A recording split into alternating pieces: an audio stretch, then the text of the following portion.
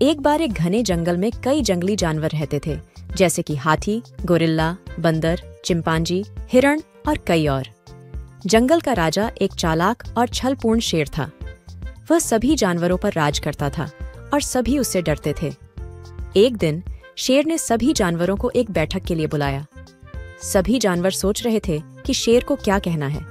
जल्द ही सभी एकत्र हुए और शेर आ गया। कल से मैं चाहता हूं कि आप सभी एक नए नियम का पालन करें, उसने घोषणा की। इससे पहले कि वह कुछ और कह पाता, उत्सुक और भयभीत गोरिल्ला ने पूछा, महाराज, यदि आप मुझे अनुमति दें तो क्या आप हमें इस नए नियम के बारे में बता सकते हैं? मूर्ख, शेर गरजा, मैं अभी भी इस नए नियम के बारे में सोच रहा हूँ। सभी जानवर अब और भी डरे हुए थे और चुपचाप इंतजार कर रहे थे। अंत में शेर ने कहा, अब से आपको मेरे भोजन के लिए हर दिन एक जानवर भेजना होगा। यदि आप इस नियम का पालन नहीं करते हैं तो बहुत बुरा होगा। यह सुनकर सभी जानवर चौंक गए और परेशान हो गए, लेकिन उनके पास कोई और विकल्प नहीं था। उन्हें जंगल के राजा का पालन करना ही था। मैं एक सेवक नियुक्त करूंगा जो हर दिन मेरे गुफा में एक जानवर लाएगा। मेरा सेवक हिरण होगा, शेर ने घोषणा की। हिरण आश्चर्यचकित था और अन्य जानवर भी। हिरण शेर का जवाब देने के लिए बहुत डर रहा था, इसलिए उसने विनम्रता से कहा, हाँ महाराज, मैं आपकी बात मानूंगा। मैं हर सुबह एक जानवर आपके पास लाऊंगा। फिर शेर चला गया। अगले दिन से हिरण हर दिन शेर के पास एक जानवर लाता था। सभी जानवर इस नए नियम से बहुत परेशान थे, क्योंकि उन्हें पता था कि उनका भी वक्त आएगा। एक रात भारी बारिश होने लगी।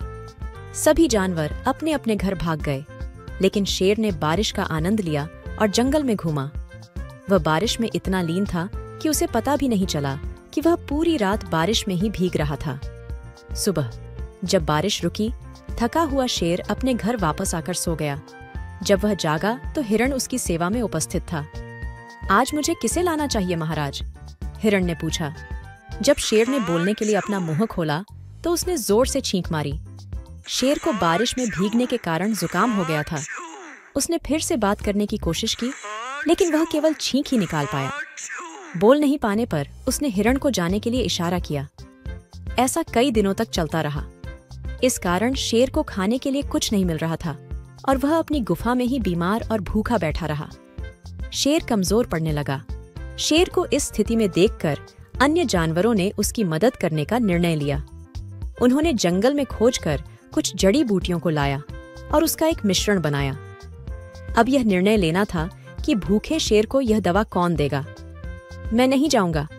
शेर मुझे देखकर थक गया है और मैं भी नहीं जाऊंगा। शेर बहुत खतरनाक है और वह कई दिनों से भूखा भी है। मैं अपनी जान जोखिम में नहीं डाल सकता। अंत में गोरिल्ला ने कहा, मैं जाऊंगा। महाराज, हम जानते हैं कि आप बहुत बीमार हैं, इसलिए हमने आपके लिए यह दवा बनाई है। कृपया इसे ले लीजिए, आप ठीक हो जाएंगे। ठीक है, रख लो, मैं देख लूंगा, शेर ने जवाब दिया। गोरिल्ला दवा रखकर चला गया। दिन पर दिन शेर की हालत और बिगड़ने लगी। अंत में उसने दवा लेने का निर्णय ले लिया। अगले दिन जब शेर जागा तो वह बिल्कुल ठीक हो गया। शेर बहुत खुश था।